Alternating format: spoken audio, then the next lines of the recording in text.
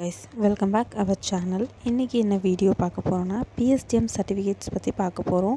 PSTM சர்டிஃபிகேட்னால் என்ன, அதனால் என்ன யூஸ், யாரெல்லாம் இதெல்லாம் அப்ளை பண்ணலாம் அப்படிங்கிறத பற்றி ஃபுல் டீட்டெயில்ஸ் இன்றைக்கி நம்ம பார்க்க போகிறோம். பிஎஸ்டிஎம் சர்டிஃபிகேட் அப்படின்னா நம்ம தமிழ் வழியில் படித்ததற்கான சான்று தாங்க அது. பிஎஸ்டிஎம் சர்டிஃபிகேட்டு நம்ம எப்படி வாங்கலாம், அதற்கான எலிஜிபிலிட்டி என்னன்னு பார்த்தீங்கன்னா, நீங்கள் ஃபஸ்ட் ஸ்டாண்டர்ட்லேருந்து 12th ஸ்டாண்டர்ட் வரைக்கும் இல்லைனா டிகிரி வரைக்குமே நீங்கள் தமிழ் மீடியம் படிச்சிருக்கீங்க அப்படின்னா இந்த சர்டிஃபிகேட்டுக்கு நீங்கள் எலிஜிபிள். இதில் பார்த்தீங்கன்னா மெயினாக டிஎன்பிஎஸ்சி ஆஸ்பிரண்ட்டாக இருக்கீங்க அப்படின்னா இந்த பிஎஸ்டிஎம் சர்டிஃபிகேட் வச்சு 20% வரைக்கும் நமக்கு கோட்டாவில் வரும். இதுக்கு என்ன பண்ணணும் அப்படின்னா, நீங்கள் ஸ்கூலிங் வந்து ஃபஸ்ட் ஸ்டாண்டர்ட்லேருந்து 10th or 12th வரைக்குமே தமிழ் மீடியம் படிச்சிருக்கணும். இடையில இங்கிலீஷ் மீடியம்லாம் மாறிக்கக்கூடாது. தமிழ் மீடியம் அப்படின்னா தமிழை மட்டும் ஒரு சப்ஜெக்டாக எடுத்து படிக்கிறது கிடையாது.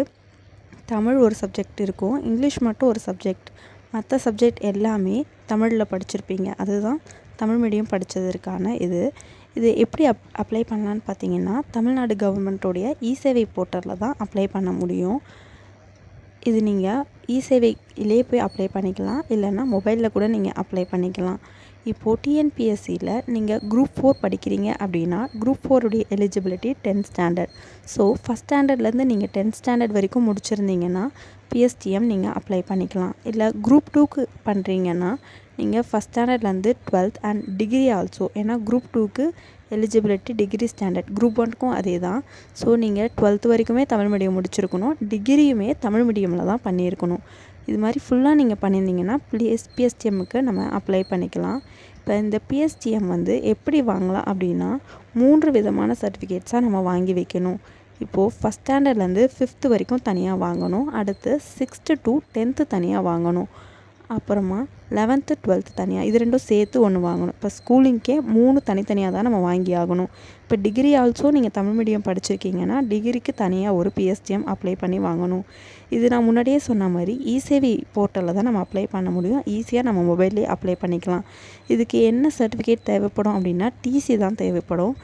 நீங்கள் ஸ்கூலிங் முடித்த டிசியோட ஜெராக்ஸ் காப்பி இருந்தாவே போதும். அது இல்லாத பட்சத்தில் 10th or 12th mark sheet வச்சுருந்தீங்கன்னா அது மூலயமா கூட நம்ம அப்ளை பண்ணிக்கலாம்.